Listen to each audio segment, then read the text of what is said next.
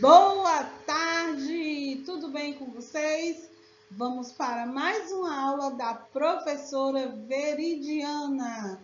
E aí, gente, o tema de hoje são ecossistemas aquáticos. Vocês lembram que ao longo das aulas anteriores estávamos estudando os ecossistemas, né, os biomas, e hoje eu trouxe para apresentar para vocês o ecossistema aquático. Mas lembrando, né, que um ecossistema se caracteriza por representar o que, gente? Um determinado ambiente, onde esses organismos eles vão interagir entre si, sendo dependentes um do outro. Assim, mantém-se o equilíbrio e a continuidade da vida. Olha aí, quem lembra disso? Então, gente, olha só, os dois principais ecossistemas aquáticos, vocês saberiam me dizer? Pensa aí. Acertou quem disse marinho e água doce. Então, os ecossistemas aquáticos, eles representam, gente, a interação entre organismos com os corpos de quê, gente? Água, os corpos de água, né? Sendo a maior ecossistema existente, compondo mais de 70% da superfície da Terra, pessoal. É muita água, onde apenas 1% é potável, não é isso? E aí, ó, os corpos d'água irão apresentar dois padrões, onde haverá ou não essa movimentação do fluxo das águas. Então, vamos ver o que se dá esse assunto? Vamos lá! E aí vocês devem estar se perguntando, que ecossistema aquático é esse? Gente, ó, os mares e os oceanos, eles pertencem ao ecossistema de água salgada.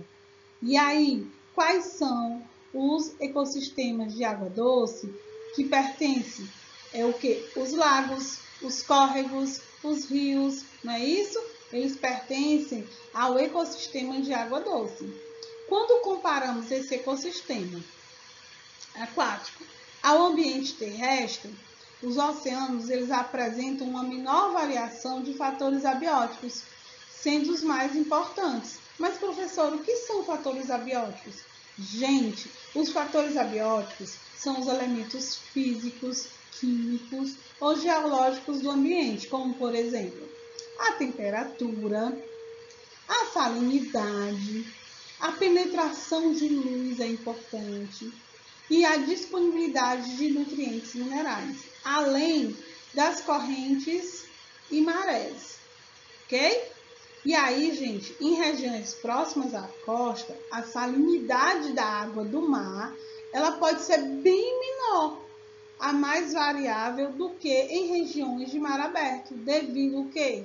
O que vocês acham? Óbvio que são os rios, né? E as águas das chuvas. Lembra do 1% que eu falei de água potável? Pois então, essa água doce ela vai desembocar onde? Nos mares. Então, a salinidade ela diminui, ok? E aí, gente, com a base na penetração das luzes nos oceanos, é possível a gente distinguir duas zonas principais. Observem aí essa imagem que eu trouxe. O que é a zona fótica e a zona afótica. Mas o que é isso, professora? Gente, só em observar a imagem você já tem a resposta.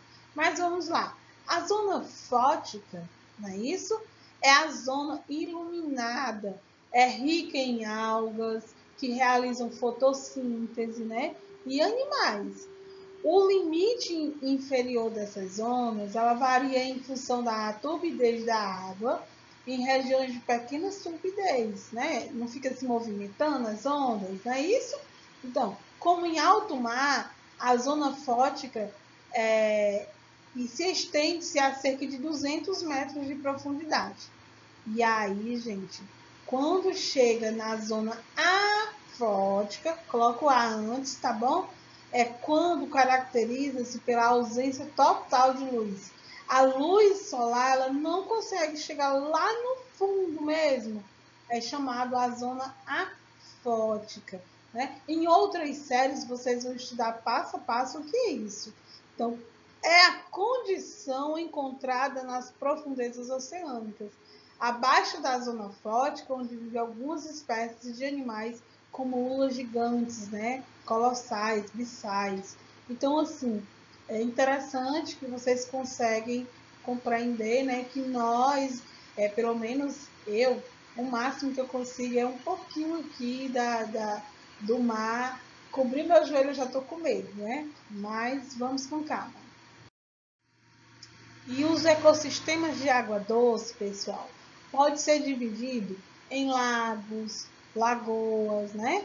E lá no início eu mostrei algumas imagens, então, eles são caracterizados por águas sem correntezas, né? E rios que têm águas em movimentos, com correnteza, grandes rios, não é isso? Então, a presença ou a ausência de correnteza nesses ambientes é muito importante para os organismos que nelas vivem. Uma vez que esta correnteza altera a oxigenação da água e a disponibilização de nutrientes, né, nos ecossistemas aquáticos, pode ser identificados 3 tipos de comunidades, né, com base em um modo de vida, né? Então, assim, tem o plâncton, o fitoplâncton, o zooplâncton, o nécton e os bentos. Vamos ver o que significa cada um? E aí, pessoal, nós temos o plâncton, né? Que muitas literaturas falam, os plantônicos, eles vivem na superfície das águas e são levados pela correnteza. Eles são classificados em fitoplânctons, que são as algas, e os zooplânctons, os animais microscópicos, né? E aí eu coloquei uma tarjetazinha para vocês que o plâncton, né, é formado por organismos que vivem em suspensão na água e, apesar de terem movimentos, eles são incapazes de vencer a correnteza, né? Então, assim, eles vivem à mercê da correnteza da água.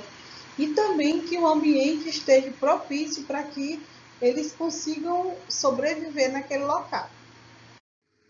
Aí temos o fitoplâncton, né?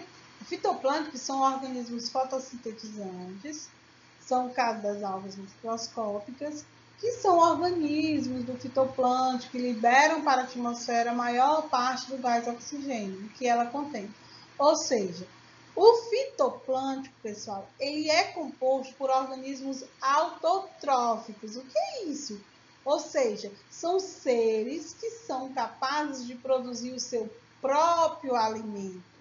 Entre os seres vivos que compõem o fitoplâncton, nós podemos citar as algas unicelulares e as cianobactérias, que são seres fotossintetizantes. O zooplâncton são os organismos não fotossintetizantes do plâncton, como os animais, né? Ele é constituído, pessoal, por organismos heterotróficos, ou seja, herbívoros, carnívoros, detrívoros, onívoros. Esses seres são os principais consumidores do fitoplâncton, assumindo, portanto, o papel principal transferidor de energia produzida pelo fitoplâncton para os outros seres da cadeia alimentar, como os peixes.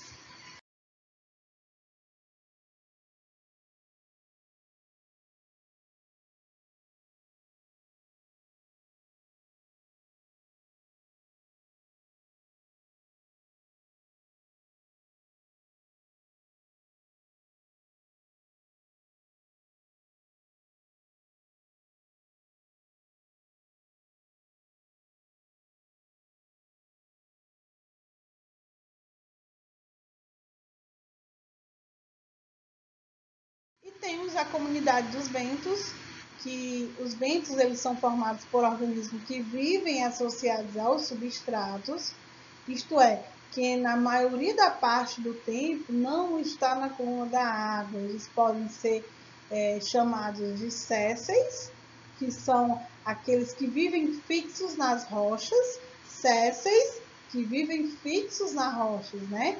E enterrados na areia. Por exemplo, eu dou já um exemplo aqui de sésseis, né? Se vocês andam na praia, você vê, parece umas conchinhas pregadas nos corais, nos recifes, né, são as cracas, conhecida como cracas. É um exemplo de animais césseis. Ou os vágeis. O que é isso?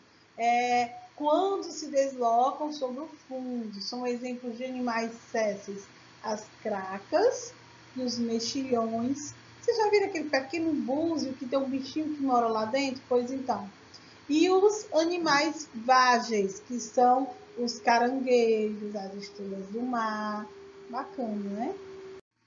E eu espero que vocês tenham mais curiosidade, busquem alguns livros que falam, né, do ecossistema aquático, e espero que vocês tenham gostado. Um grande beijo e até a próxima aula. Não esquece de dar um like dizendo que gostou da aula. Um grande abraço. Tchau!